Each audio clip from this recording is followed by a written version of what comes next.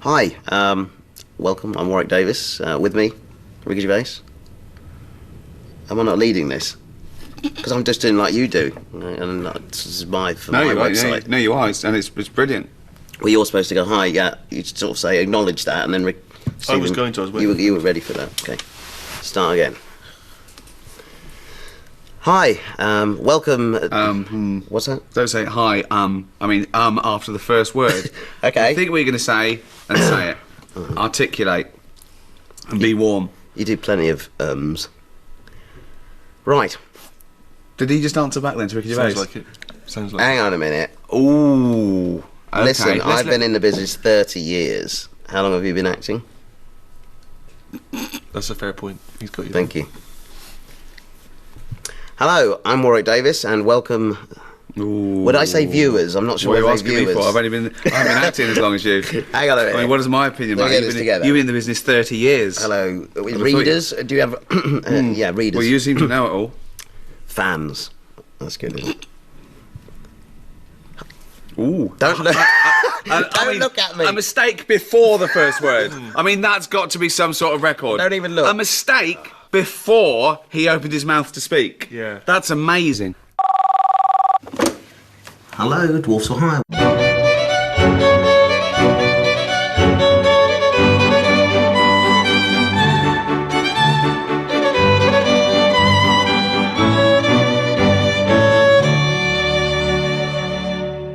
I don't know where to turn, to be honest. Yeah. There's no work coming in either at the minute. Okay. I just, are you doing any more extras, perhaps? I mean, maybe that we could. No. Pick some, no. What else are you working on then at the minute? Just other TV and film, and Any actors required, perhaps? Of that? Actors? Do you need actors? We will need actors for the At some point, but not necessarily. Not. Life's Too Short is a fake documentary starring this little fella, Warwick Davis. Thank you very much. You may recognise him from Return of the Jedi. Well, no, they wouldn't recognise him No, because his his face face is completely covered up.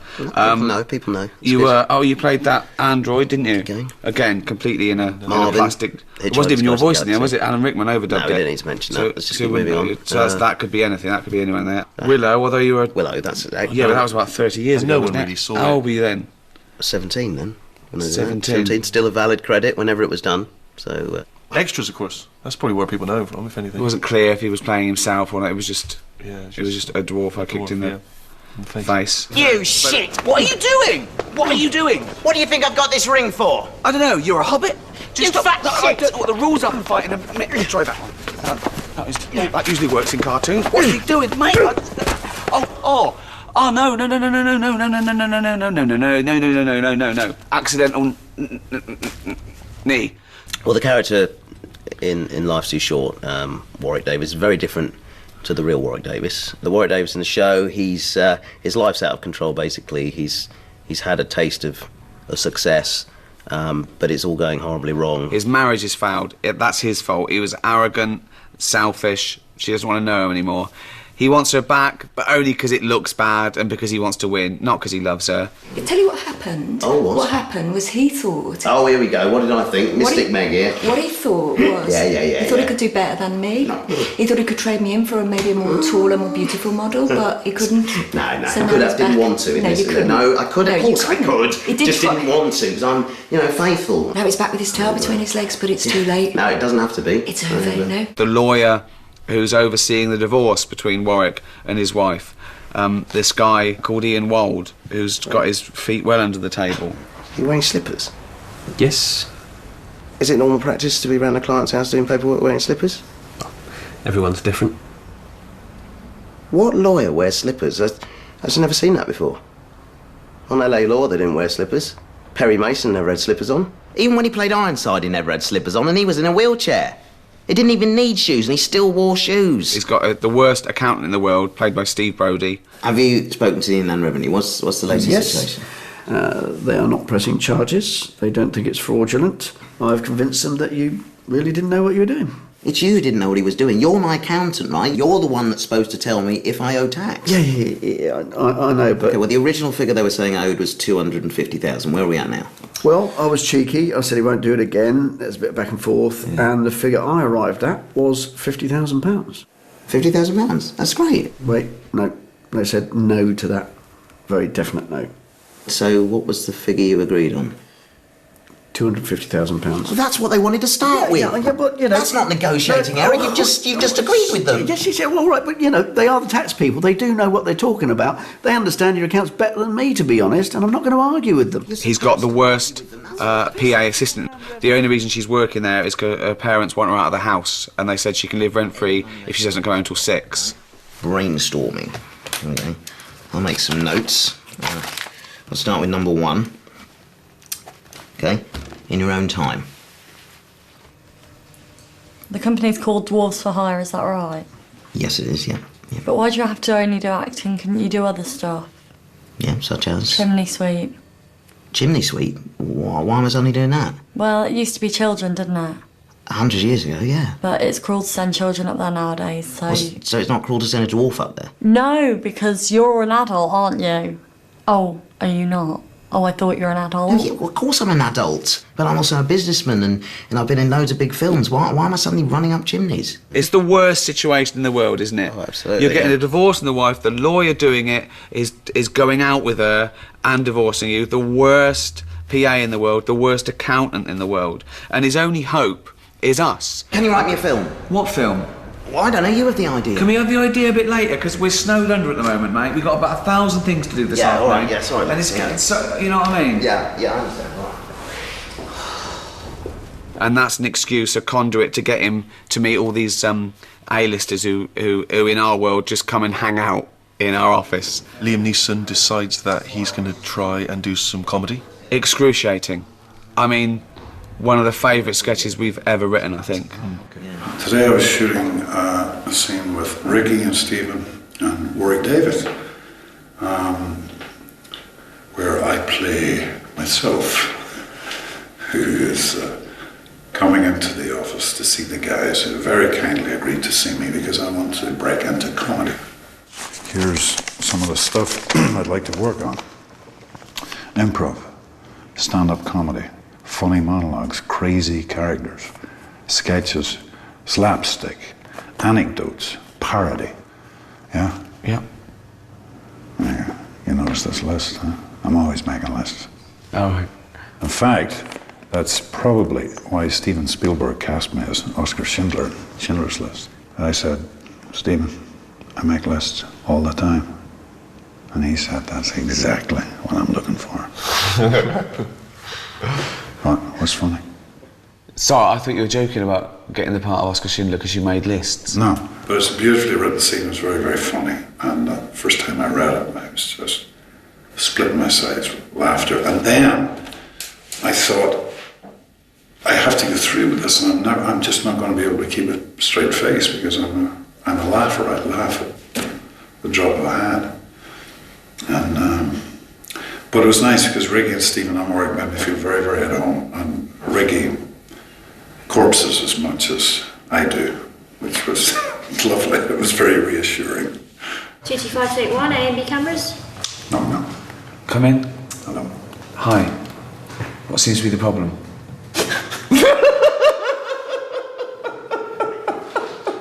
Oh, I'm doing so well. Mom.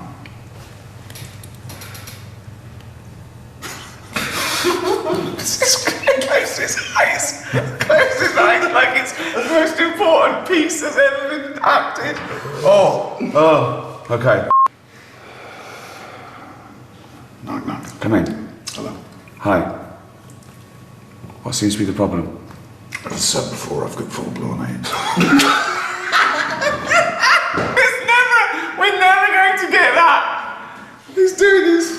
Oh. Johnny Depp confronts me about some of my Golden Globe comments. Here they are, the lads.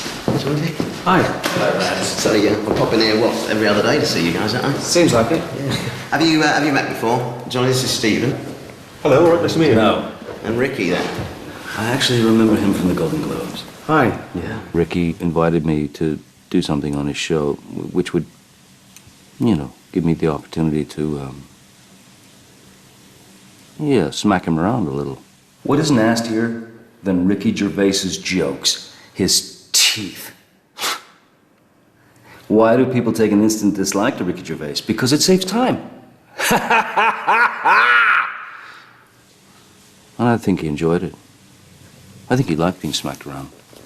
Warwick thinks he's got this great part on a film with Helena Bonham Carter, and it doesn't turn out quite how he thinks. I love Warwick, and I know Warwick because I've worked with him many times, like on Harry Potter and everything. And I remember him talking about it when we were like dressed up as Bellatrix and him as Grip Hook.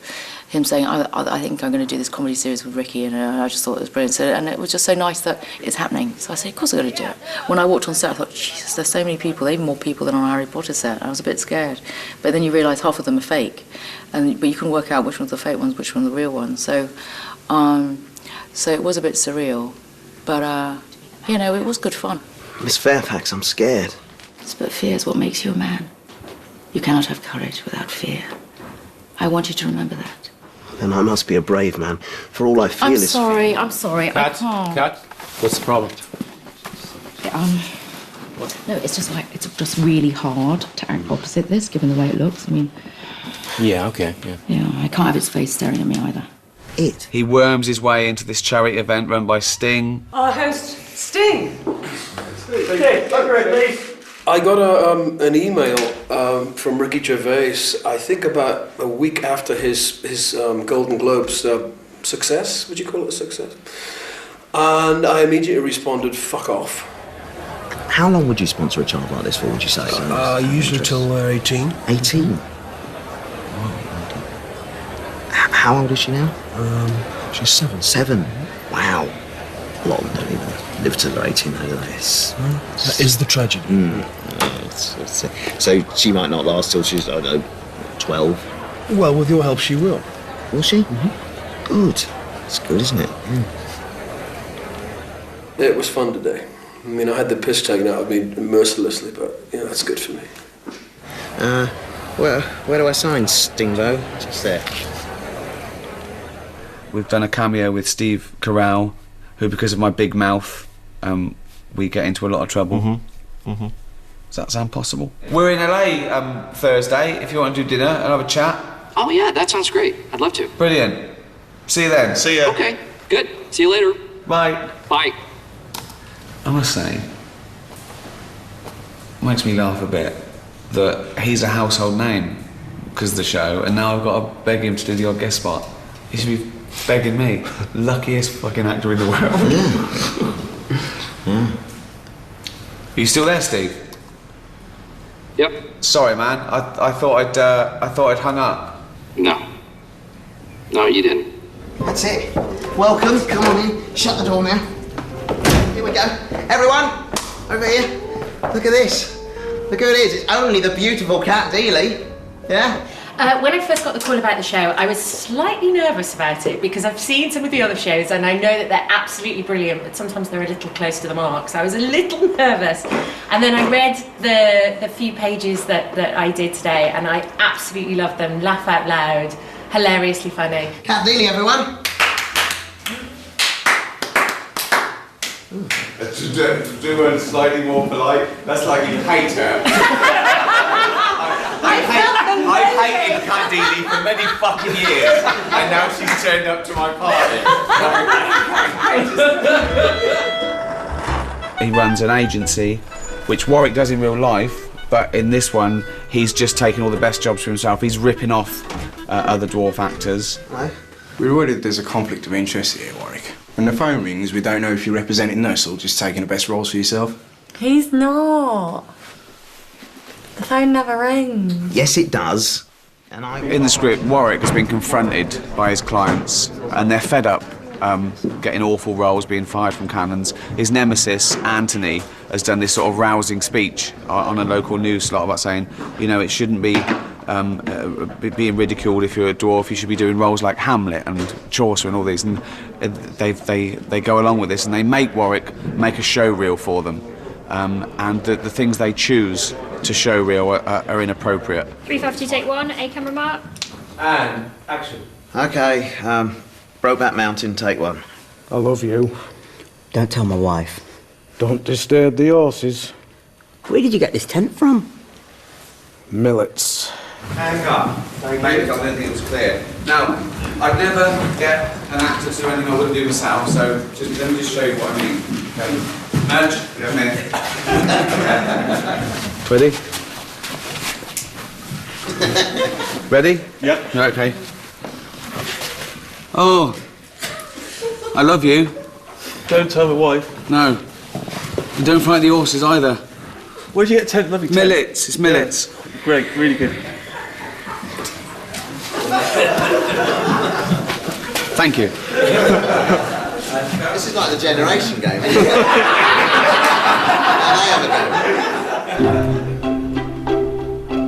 it? Warwick is also vice chairman of a society for small people. But of course, he's vice chairman, but he'd rather be chairman, which means that he's never really happy when he's at those meetings. He's always trying to sort of steal the limelight. And I see our struggle as being exactly like the civil rights movement in America.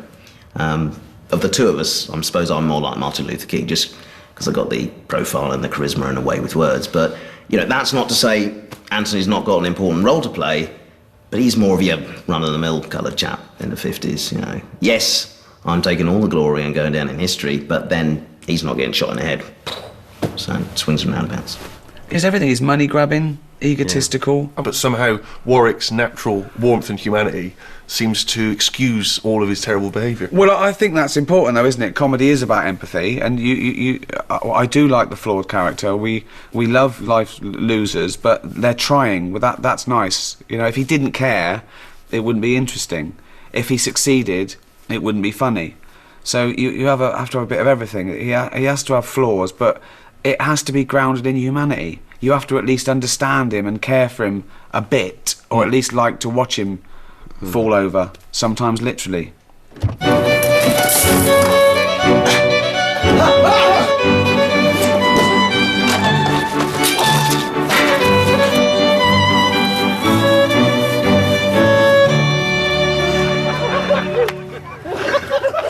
I really enjoy that element of it, that kind of slapstick element. To be kind of allowed to do that has been really great, because I don't think you see it often enough now on TV anyway. Well, it's just funny, isn't it? It works with the character so well, because it's always at the point when everything's going fairly well for him and he thinks, yes, this is his moment, and then well, he gets his comeuppance. Exactly. I mean, that's it. He's usually showing off or doing something he shouldn't.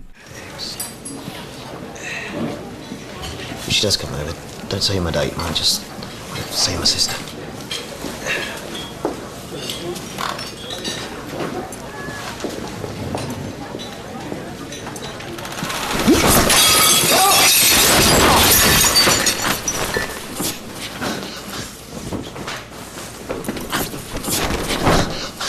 Wow! Did you see that? Just didn't quite manage it there. Whew. See, we'll get this cleared up. Yes, I'm just going. Bye. The Office, I suppose, reflected those quaint, old-fashioned docu-soaps that found ordinary people just going about their lives who became sort of famous. Mm-hmm. You know, Maureen from Driving School. Exactly, Jeremy Spake, those sort of things. But this one is much more modern, and it reflects these harsher ones where people live their life like an open wound to get a bit more fame. They'll do anything. It's a little bit awkward, this. I don't want to put you on the spot, but I'm getting a bit desperate. I wonder if you could maybe give me, say, £5 just to live on. Treat it like a charity donation. But you're not a charity, Warwick, are you? As good as. Got no work, no money, I'm homeless. So, you know, I'm a charity case. Really. The cameras are often a catalyst for that as well. Just the fact that he's in a corner and there's a camera there. Yeah. He's signed with the devil. Yeah. You know, he said, yeah, make me famous and I'll do anything you want. Okay. I've plumbed it. Simple, it's just a couple of tubes. You make a good plumber, because you could get in all the little crevices like that, couldn't you? Yeah, I could, couldn't I? Something to think about on the acting work, drawing up for good. Why would you say that in front of... Well, one of the reasons we went back to the documentary style is that I think when we finished The Office, we were sort of exhausted by it. Its limitations, we'd sort of run out of steam. But after a while, we sort of got itchy to go back to it because it offers, well, obviously it offers an automatic sense of realism and naturalism that just feeds into the believability of the world. A faux pas is embarrassing when it happens to you, but it usually happens in front of 1 or 2 people. Right. This is going out around the world, and he knows that. It's a constant witness to every humiliation. It's also good for the audience, because as soon as someone looks down the lens, it suddenly brings them into their embarrassment. They feel the pain. You feel the pain of someone getting caught doing something when they... What is this, a documentary? What about? About me, yeah. That's good exposure for Yeah, you. that's what I thought. Yeah, it's all good. See you later. Yeah, see you later, yeah. Yeah. I think people have already made their mind up before they've seen it that this is a cruel comedy, because there's a little person involved, so it has to be cruel. It has to be making jokes about little people, which couldn't be further from the truth. That's interesting because a lot of people keep saying to me, oh, you're being controversial. It's a controversial subject. It never occurred to me that this was It's not a controversial subject. Do you feel it's controversial? Not at all. I mean, if you take it on the face of it, this character really, it's incidental that he's short, Absolutely. really, isn't Absolutely. it? It's not. Yeah. You know what I mean? It just happens that I'm playing. But Warwick him. Davis exists. This is what he looks like. This is him. This is it's not. We haven't got an actor and put shoes on their knees and made them walk around doing jokes about being small. It's He tried it, but it just. Yeah, no. Yeah, I wanted to play this part.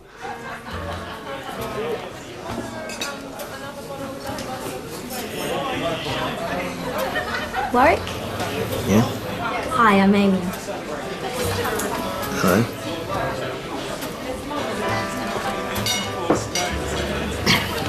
Excuse me for a minute.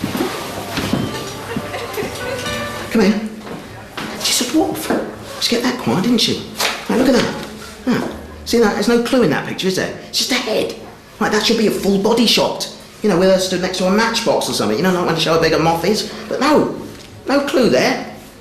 Where's the arms? Sneaky. You know, there's a lot of rich material that's very, very funny.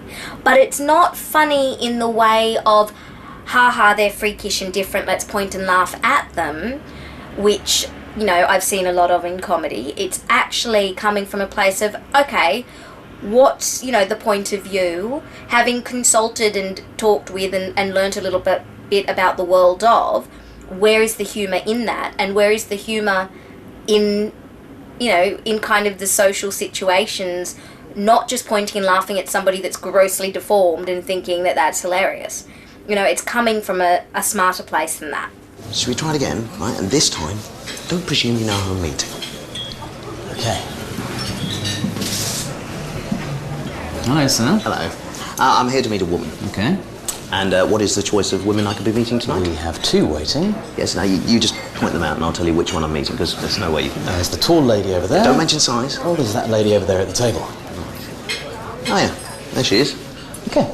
So you are meeting her. But I think what was brilliant about your writing, you picked up on, you know, prejudices that the world has towards, well, in your other comedy as well, people who are different, but in this certainly people who are small. You know, you really got into the head of somebody who is small, my character, and just, you know, showed the world from my perspective, but also showed how other people can often be in the way they react towards me.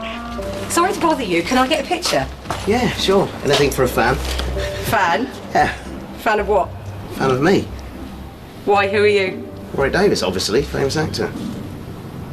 Well, if you don't know who I am, why do you want a picture? Because it's funny, isn't it? A dwarf carrying a box. You don't see that round here. Actually, do you mind if I film you? Why? Because that's even funnier. And it's not a show, it has got relentless jokes about being small. It's not about that. He's got a small man complex. Would you like me to get it down for you? No. I can get it. No. It's fine. I can manage.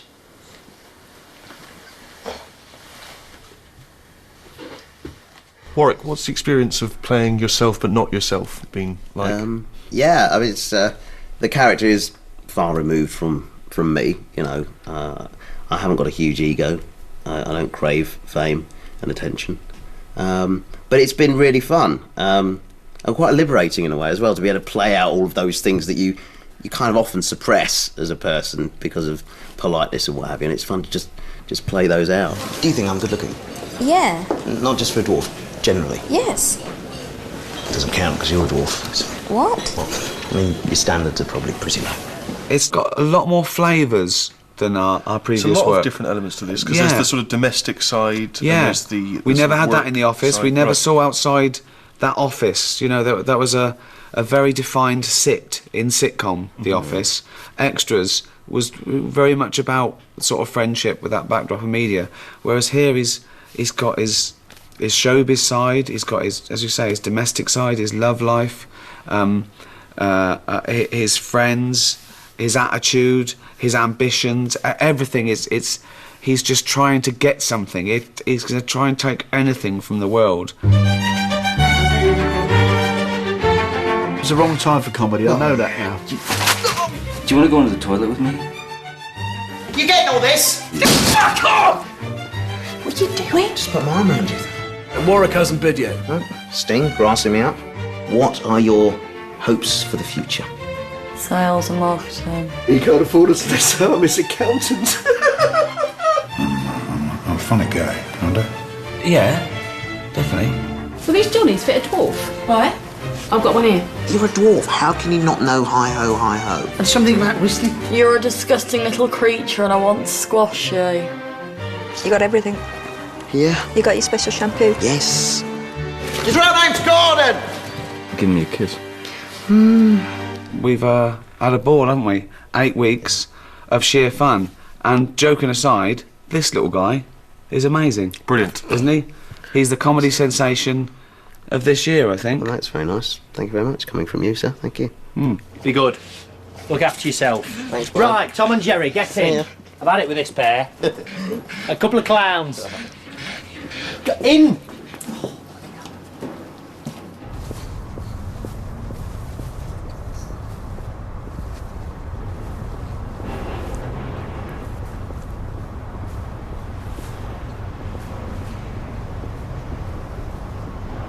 When are you going to say cut?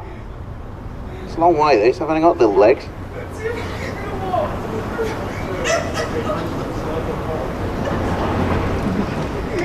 Still going!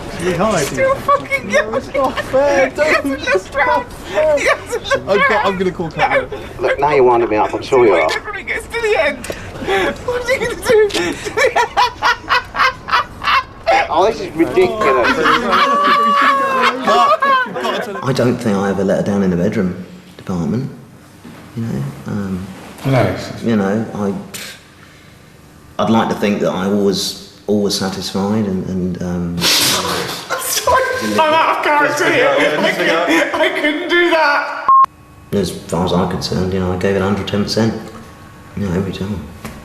Quality job. It was good. It was good. I was in trouble earlier. Quality job. I was in trouble earlier than you. He ticked the air. Quality job. Oh! Do that again. Okay.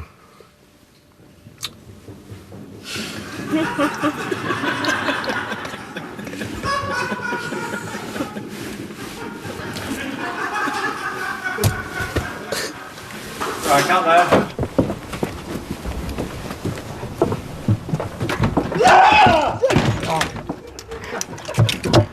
Oh my god. Oh, God. So childish. God.